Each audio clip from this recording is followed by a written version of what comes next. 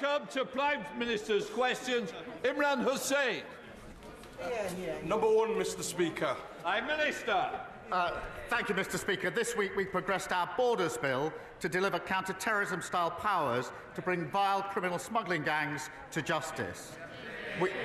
We also announced a further £350 million to get Britain building and deliver 1.5 million new homes our country desperately needs, including more affordable homes. We've slashed red tape that holds businesses and working people back, creating 10,000 more apprentices. This morning I have meetings with ministerial colleagues and others. In addition to my duties in this House, I shall have further such meetings later today. Imran Hussain.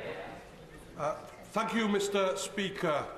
I was proud to have played my part in helping draft what has now become the Employment Rights Bill.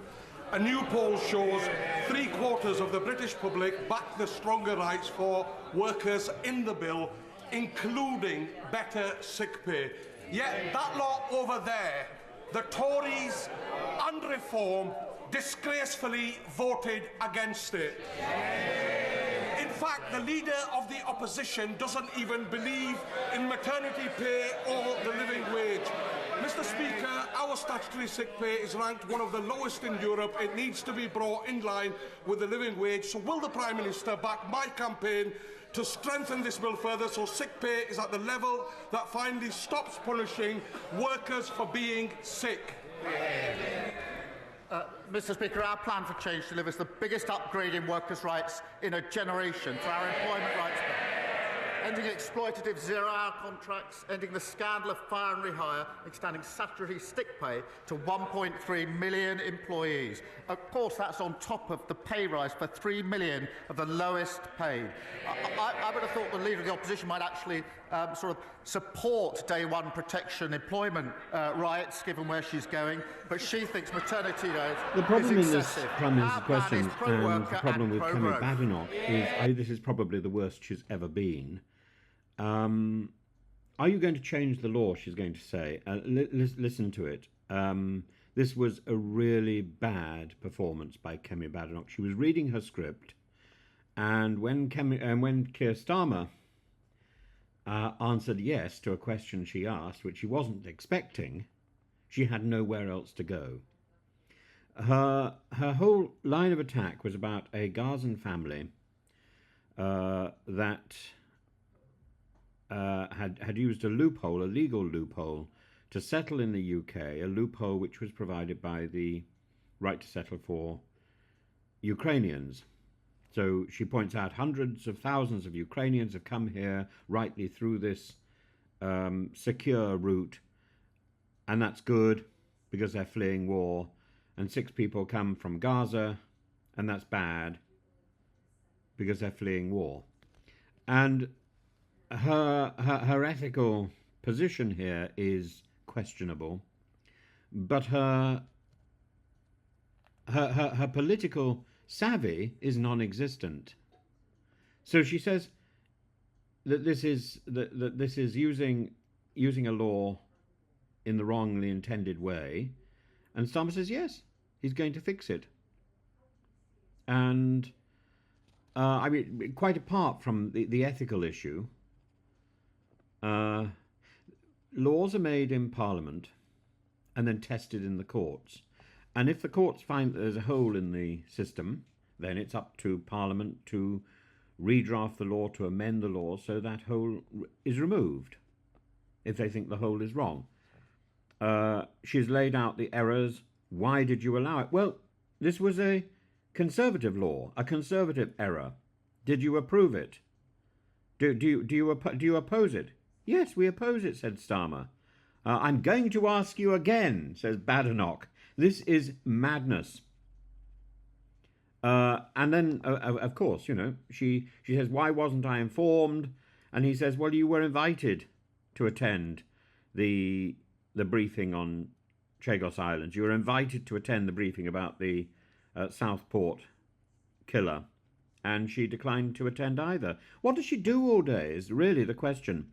There's this trope that she's lazy, and it seems every PMQs, when she turns up, she demonstrates not only is she lazy, but she's incapable of following an argument. She follows the script with her nose in the paper, unable to leave the tracks, like a manic train. And then, even then, she finds it necessary to say, you know, she wants to clarify her point. No, I've moved on. And the Finland issue as well. This man from Finland, you'll hear it. He was appointed and working from home under the Conservative government. And Starmer wants to change that.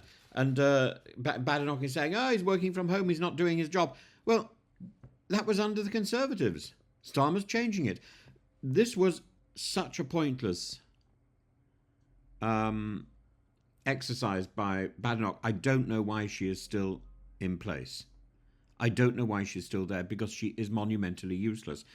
And as if she's leading the Conservatives by example, just look at it. There's almost no Conservatives asking questions.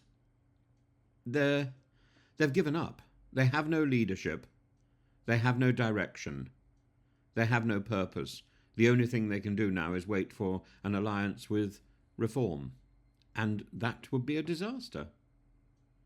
This is a leader who should never have been in place, who doesn't do her work, who doesn't have the charisma to lead without preparing. One could say possibly Boris didn't do his work, didn't do his homework. I'm not entirely sure that's true, by the way. Boris likes to give the impression he's not put in the work, but I think he does put in the work. I think he's very industrious, in fact. But Badenoch definitely isn't. Badenoch wings it, and she has a script that's been prepared by other people, and she can't follow that, and she can't follow the script, and she can't move away from the script. What is she there for? We ought to be using AI. We ought to replace her with a machine. She could be the next Turing test. Leader of the opposition, Kemi Beno.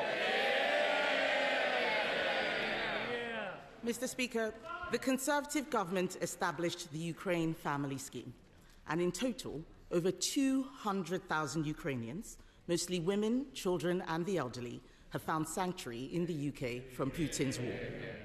However, a family of 6 from Gaza have applied to live in Britain using this scheme, and a judge has now ruled in their favour. This is not what the scheme was designed to do. This decision is completely wrong. It cannot be allowed to stand. Is the government planning to appeal on any points of law? And if so, which ones? Minister. Mr. Speaker, let me be clear. I do not agree with the decision. She's right. It's the wrong decision. She hasn't quite done her homework, because the decision in question was taken under the last government, according to the legal framework on the last government. But, Mr. Speaker, let me be clear. It should be Parliament that makes the rules on immigration. It should be the government that makes the policy. That is the principle, and the Home Secretary is already looking at the legal loophole which we need to close in this particular case. Mr. Speaker, he did not answer the question. If he plans to appeal, then the appeal may be unsuccessful and the law will need to be changed. And if he does not appeal, the law definitely will need to be changed. He talks about a decision made under the last government. It was not made by the last government, it was made by the courts. The issue we are discussing today is about judicial decisions. We cannot be in a situation where we allow enormous numbers of people to exploit our laws in this way. There are millions of people all around the world in terrible situations. We cannot help them all, and we certainly cannot bring them all here. Will he commit to bringing forward that new legislation or amending his borders bill? Prime Minister. Well, Mr. Speaker, I've already said the Home Secretary has already got her team working on closing this loophole. We don't need to wait for that. We're getting on with that, because we're taking control. They lost control of immigration. We had nearly 1 million people come into this country, had an open borders experiment. On a Monday of this week, they voted against increased powers to deal with those that are running the vile trade of people smuggling. Same old Tories, open borders, empty promises. Mr. Speaker, if the Prime Minister was on top of his brief, perhaps he'd be able to answer some questions. Given this crazy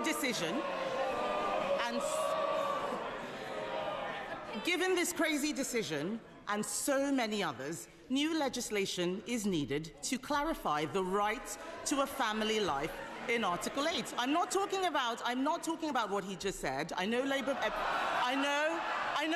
MPs don't understand much of what they're saying, but the Prime Minister literally wrote a book on the European Convention on Human Rights. This is a situation where we need to put our national interest before the ECHR. Does he agree that we should legislate even if lawyers warn that this might be incompatible with human rights law? She complains about scripted answers and questions. Her script doesn't allow her to listen to the answer.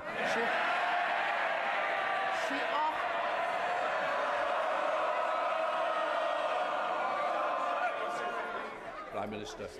She asked me if we're going to change the law and close the loophole in question 1. I said yes. She asked me again in question 2, and I said yes. She asked me again in question 3. It's still yes. Mr. Speaker, he didn't listen to question 1. I asked if he would appeal the decision. He did not answer that. He's not listening. He's too busy defending the international human rights law framework.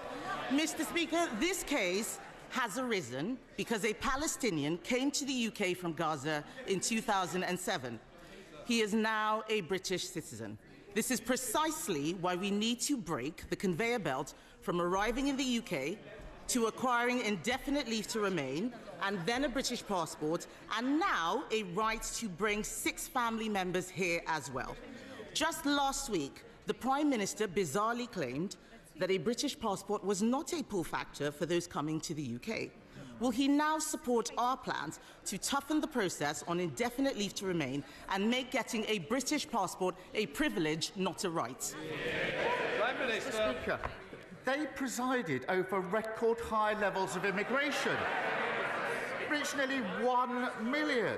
It was a one-nation experiment in open borders. And she was the cheerleader. She was the one campaigning for more people to come and thanking her own side when they supported her campaign. So before she lectures us, I think she needs to reflect on her own record and her own record here. Mr. Speaker, he is the Prime Minister now. The people out there want to know what he is going to do about the situation. He needs to spend less time whining about the last government and do his job. I thought, Mr. Speaker, that the Prime Minister and I both agreed that Israel had a right to defend herself.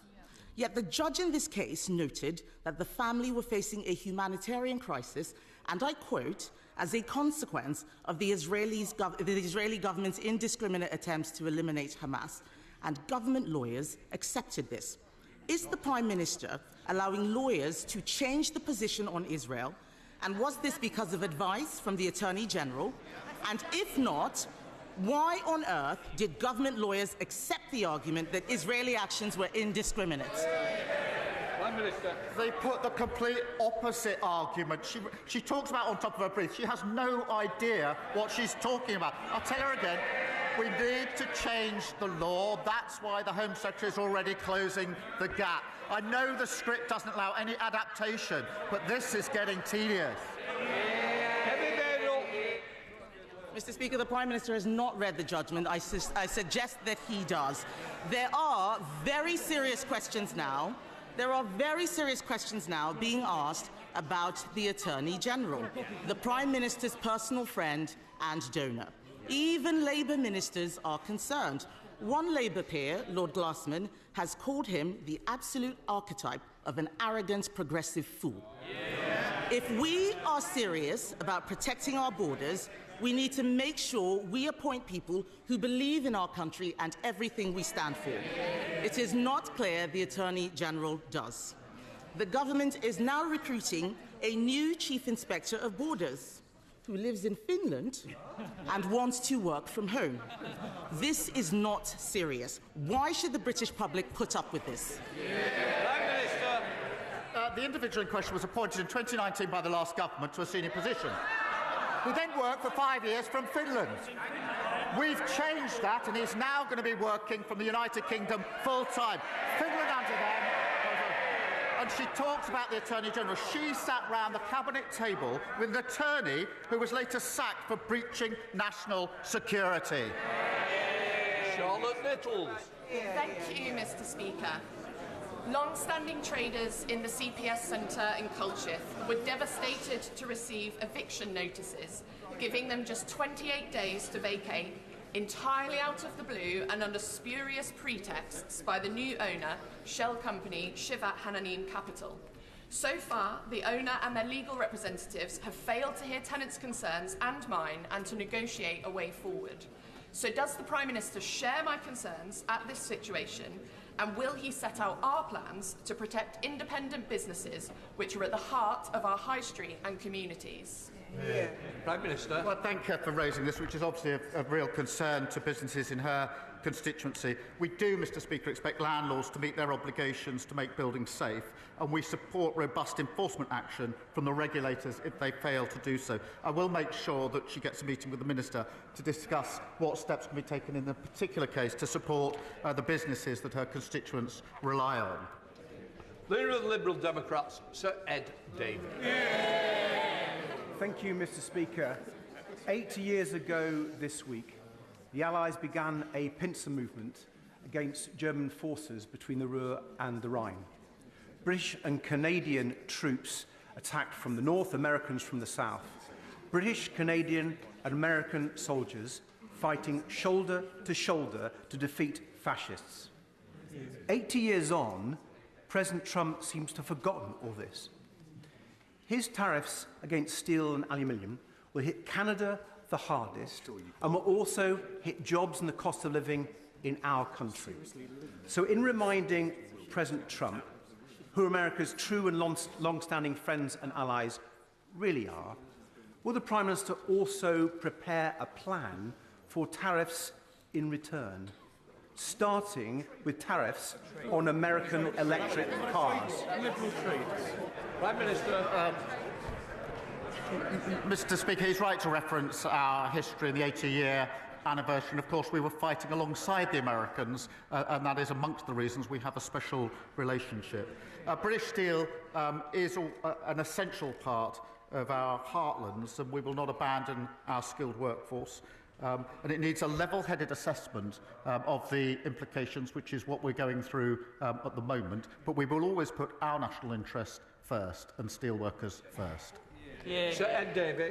Thank the Prime Minister for that reply, but it seems to me the way President Trump and his ally Musk are operating, they do need to hear strong measures and words from even their allies.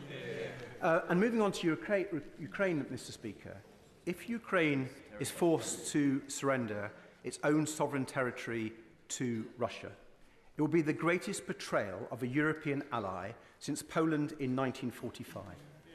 But President Trump says Ukraine may end up Russian, and he wants American money back. I think we all fear where this could end and the dangerous implications for our defence and our security.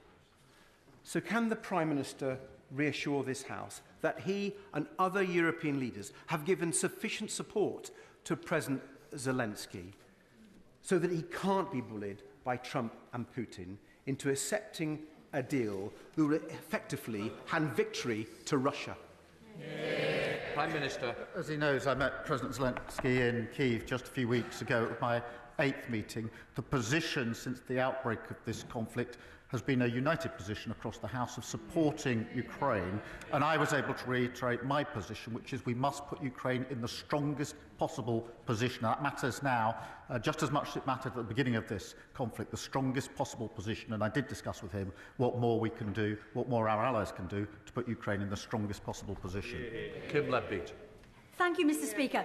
2 years ago, from the benches opposite, I published my Healthy Britain report, recommending a cross-departmental approach to improving health and wellbeing. Now that we're in government, I'm delighted that ministers have hit the ground running, because running is obviously very healthy for you. So will the Prime Minister confirm that last week's announcement of an increase to the public health grants, which will help local services focus more on prevention and early intervention, is just the start of a long-term strategy that will make Britain healthier, happier and more productive, reduce pressure on the NHS and promote growth?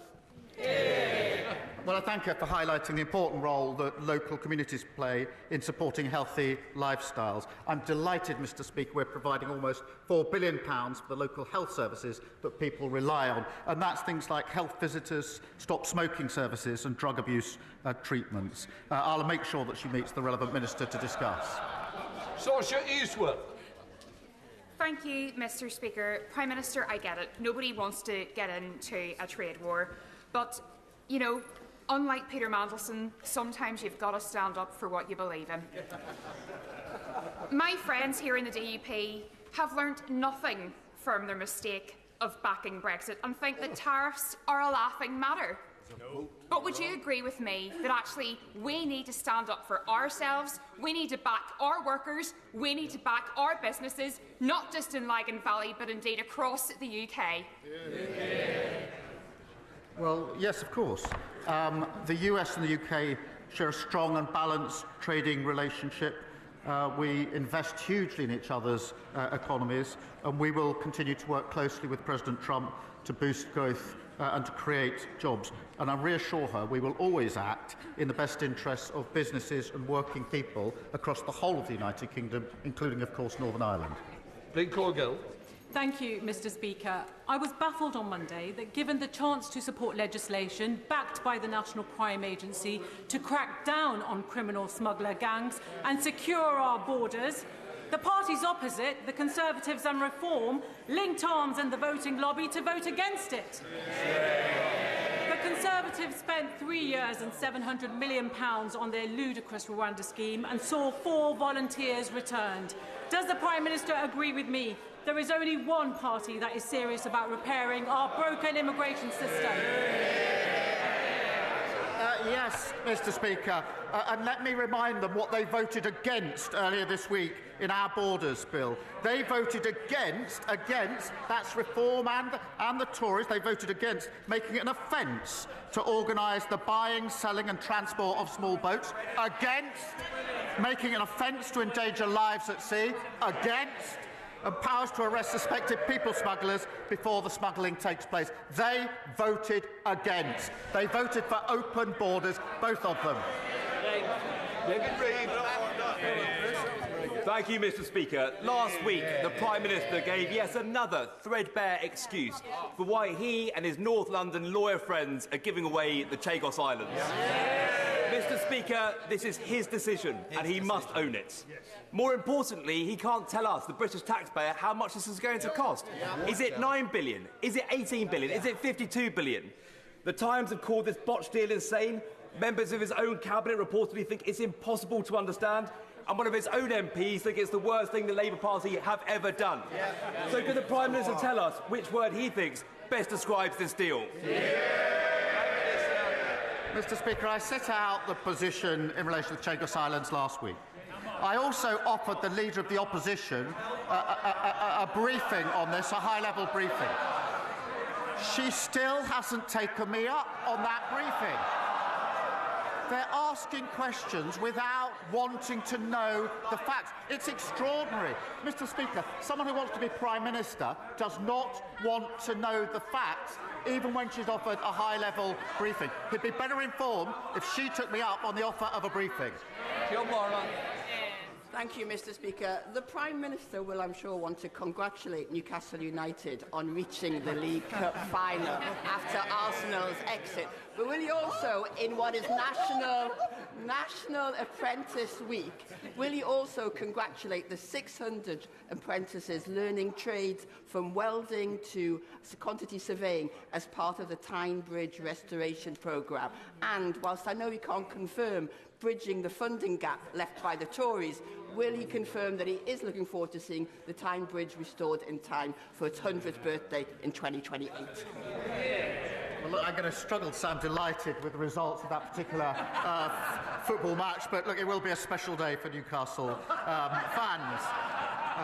But the Tyne Bridge is an iconic North East landmark, and I congratulate the apprentices who are helping to restore this vital piece of infrastructure. As usual, the Tories made empty promises that they had no intention of keeping, including £2.9 billion worth of transport commitments that were never funded. We will look at the capital projects around the spending review and let her know as soon as we can. Liz Jarvis. Thank you, Mr. Speaker. My constituents, Peter and Maureen, have been married for 70 years. Peter is 93, and for the past few weeks he has been stuck on a hospital ward, waiting to go home because a care package hasn't been arranged. Peter is missing home and missing Maureen. So will the Prime Minister reassure my constituents that the social care crisis will be tackled this year? Yeah. Well, can I thank her for raising this issue and the particular case of her constituents? And I also need to know this is deeply personal to her, and if I may, I extend my deepest sympathies to her and her family for their loss.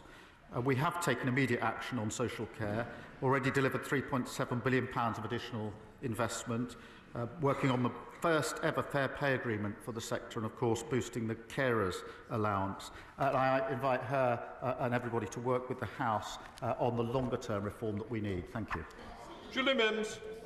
Thank you, Mr. Speaker. James Rennie is an outstanding specialist school in the heart of my Carlisle constituency.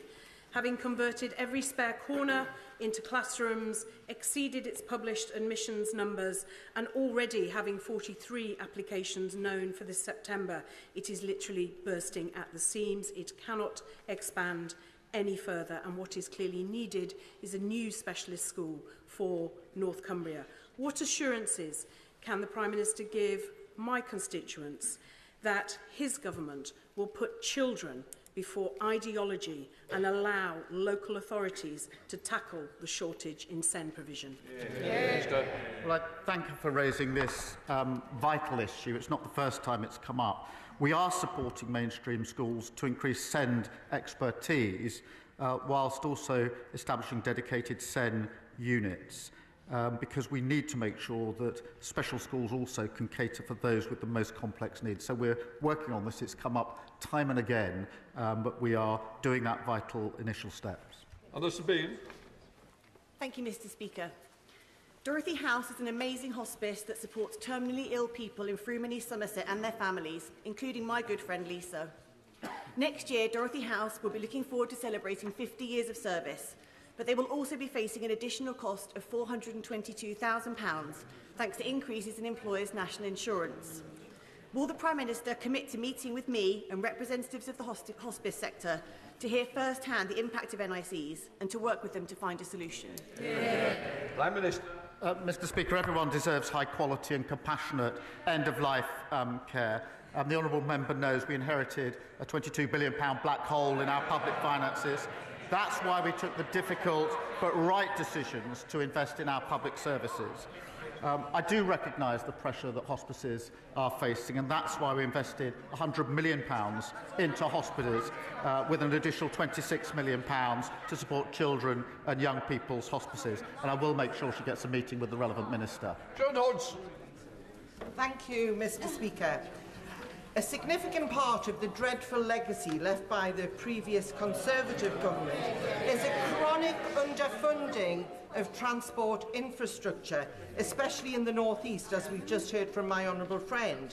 So does the Prime Minister agree with me and the North East Mayor Kim McGuinness that redevelopment of the Leam sideline, the disused Leam sideline, that would reconnect Gateshead with Durham North, and increasing the capacity on the East Coast Main Line would help bring the metro to Washington in my constituency and would bring much needed jobs, growth and opportunities to my region. Well, I thank her, and both she and the North East Mayor are dedicated campaigners on this issue. The party opposite left us a host of unfunded promises, and public transport is in dire condition. Expanding the metro network has huge potential to drive growth and unlock new housing. I'm pleased that progress is being made on the business case. Second Batty. Thank you, Mr. Speaker. Earlier this week, we learned that the Prime Minister's close friend, the Attorney General, has in the past advised Caribbean nations on seeking trillions of pounds in reparations. He's been a key player in the surrender of the Chagos Islands and the related fiasco there, which will cost the taxpayers up to £18 billion, and has even advised Jerry Adams, who is standing in line to get compensation from the British government in Northern Ireland legacy payments, the quantum of which could cost up to £2.7 billion. Given the Attorney General's track record, does the Prime Minister have faith in his motives, and does he have confidence that his best friend represents good value for the British taxpayer? Mr. Speaker, we've long had the principle that everybody's entitled to legal representation in this country. That means that lawyers don't necessarily agree with their client. Now, the Conservative Party used to believe in that principle. If they now disagree with that principle, they should go and see the victims of very serious crime, including sexual crime, and tell them that under their provisions, the lawyer who disagreed with the perpetrator wouldn't be able to represent them, meaning that victims will be cross-examined by perpetrators because lawyers disagree with the perpetrator. That's never been the Conservative Party position. If it is now, they should say so. Thank you, Mr. Speaker. Allergy School, launched just this week by the Natasha Allergy Research Foundation, is a free programme to support children with food allergies. Allergic disease is a growing issue in this country, with over 20 million people in the UK being affected. For this reason, it has never been more important for us to have a national allergy strategy and an allergy czar to drive and coordinate that action. Will the Prime Minister join me in welcoming this programme, and will he meet with me and the Foundation to talk about how we can work together to drive this issue forward? Well, I thank her for raising this really important issue, because hospital admissions for allergies have risen sharply, particularly in the last 2 decades. I do welcome the work being carried out by the Natasha Allergy Research Foundation. We will respond to the recommendations of the National Allergy Strategy Group in due course, and I'll make sure she gets a meeting with the relevant minister to discuss it. Thank you, Mr. Speaker. My Oxfordshire constituency of Didcot and Wantage has seen a 35% population increase in the last 20 years. My constituents recognise the need for affordable housing, but the current planning system isn't delivering the GP surgeries, dentists and transport options that they need. Will the Prime Minister restore faith in the planning system and, as well as focusing on housing numbers, deliver the local targets for health services and wider infrastructure that growing communities need? Well, thank you for his question. We are, of course, delivering the 1.5 million homes, but we're creating communities as well for the future, and so he's right that must include good schools, GPs and reliable transport links. That's what makes a good community. And just today, Mr. Speaker, we announced an additional £350 million to deliver more affordable homes so more people can realise the dream of home ownership. Toby Perkins. Thank you, Mr. Speaker. This week is National Apprenticeship Week. As co-chair of the APPG for Apprenticeships, I can tell the Prime Minister that employers are very pleased to see the announcements this week that will make a real difference both in terms of the completion rate and the flexibility around apprenticeships. Does the Prime Minister agree with me that schools should be promoting apprenticeship alongside A-levels and other options? And can he tell us what more he's going to do to support more young people to get into an apprenticeship? I'm very pleased that he's raised this issue and that we'll be able to give employers more flexibility over maths and English requirements. This is really important, Mr. Speaker. There are very many young people who didn't get the maths qualification they wanted at the time, but are very well suited for the future, want to play their part, and now they can get apprenticeships under the changes that we've made. And that's 10,000 extra apprenticeships. This is delivering for them, giving them a chance for the future to contributing, of course, to our economy. Kraos. Thank you, Mr. Speaker. Mr. Speaker, yesterday the Farming Minister told a conference of farmers that farming is not high in the pecking order for this government. Given the heartless family farm tax, is his minister correct? Yes or no? Farming's top of the agenda as far as I'm concerned. That's why we put £5 billion to support farmers in the budget. They failed to spend £300 million on their watch on farming, and we set out our roadmap, which has been welcomed by the NFU, as she very well knows. It was described as long overdue. I wonder who didn't do it before. Mr. Jewess, I'm sure you don't want to be leaving today. It's not the best day. Right. Natasha Islands. Thank you, Mr. Speaker. As a graduate of the Croydon Youth Philharmonic Orchestra, the Prime Minister will know that youth services can broaden a young person's horizons beyond what they could ever imagine. But with national spending on youth services seeing a 73% decline since 2010, can the Prime Minister outline how this government will bring youth services back into our communities? Will he look at giving them the statutory protections they deserve? And will he visit Croydon East to see firsthand the vital role these services play in my constituency? Well, Mr. Speaker, my days in the Croydon Youth Philharmonic Orchestra were a long time ago now. But we do fully recognise the importance of youth services to help young people save lives and live safe and healthy lives. We've been developing our plans for the new National Youth Strategy to bring power back to young people and help every young person realise their potential. Christine Jardine. Thank you very much, Mr. Speaker. Every 22 minutes, a child in this country loses a parent or a loved one. That's 40,000 children every year facing a trauma which many of us here know can last a lifetime. Charities such as Winston's Wish do a fantastic job of providing support for young people, particularly when schools are closed or there's no one else to turn to. But at the moment, there's no simple way of the children knowing where the charities are or the charities being able to contact the children. So will the government back my private member's bill this summer to do just that? And would the Prime Minister meet me to discuss how we make sure that another generation of children does not have to face this trauma? Well, can I thank her for her ongoing work and campaign on this important issue. The Cross-Government Bereavement Group continues to look at how we can improve access to the support that children and young people need at these difficult times. And of course I'll make sure that she gets the meeting that she wants with the Minister to discuss this further. David Taylor. Thank you, Mr. Speaker. Yesterday marks the 20th anniversary of the launch of the Make Poverty History campaign, and a fantastic speech for all of us that were there, delivered by the late, great Mandiba. That campaign inspired a generation of campaigners of the great Labour government to deliver unprecedented action to tackle global poverty, lifting millions out of poverty. Will the Prime Minister join me in paying tribute to some of those campaigners and commit to doing all he can to ensure that Britain is playing its full part in helping eradicate global poverty today?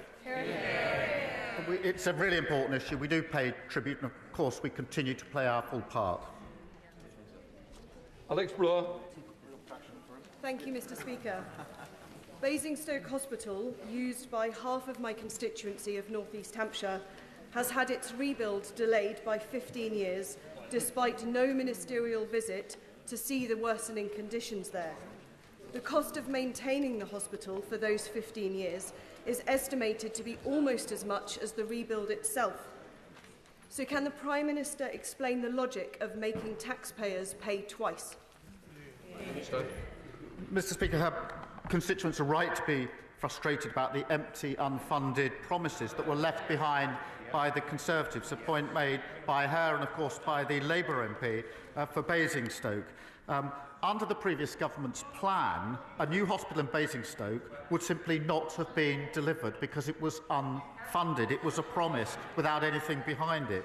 We've put in place a funded deliverable plan which will see the hospital built, and we'll work closely with the Trust to ensure that it is. Dr Becky Cooper. Thank you, Mr Speaker. The Government's devolution plans are a welcome progressive development to shift power and resources from Whitehall to our communities. But there are, of course, discussions now around the process and realisation of benefits for our communities. So can the Prime Minister assure my residents in Worthing West, and indeed all constituencies starting priority devolution programmes, that Sussex devolution will give us meaningful control over our local priorities, including housing, transport and social care? Minister. Well, I thank her for raising devolution, which will see her constituents in Sussex get meaningful control over local priorities. The devolution priority programme, Mr Speaker, will see a wave of mayors elected next year, including in Sussex, and I believe that those with skin in the game make the best decisions about their communities. Final question, Andrew Mitchell. Thank you, Mr Speaker. Mr Speaker, the Prime Minister will be well aware of the Global Vaccination Fund, Gavi, one of the United Kingdom's great success stories. It's vaccinated from deadly diseases over 1 billion children under 5. It presents real value for money to British taxpayers, and over 80% of our constituents support it. Will you give the House today an undertaking that Britain will continue this leadership and make a decisive pledge at next month's replenishment conference? Well, I'm grateful that this is a really important issue. As he rightly points out, I've long supported it and will continue to support and share details with him just as soon as I can. But it is important, have supported it, will continue to do so. Thank you. Right, that completes Prime Minister's questions.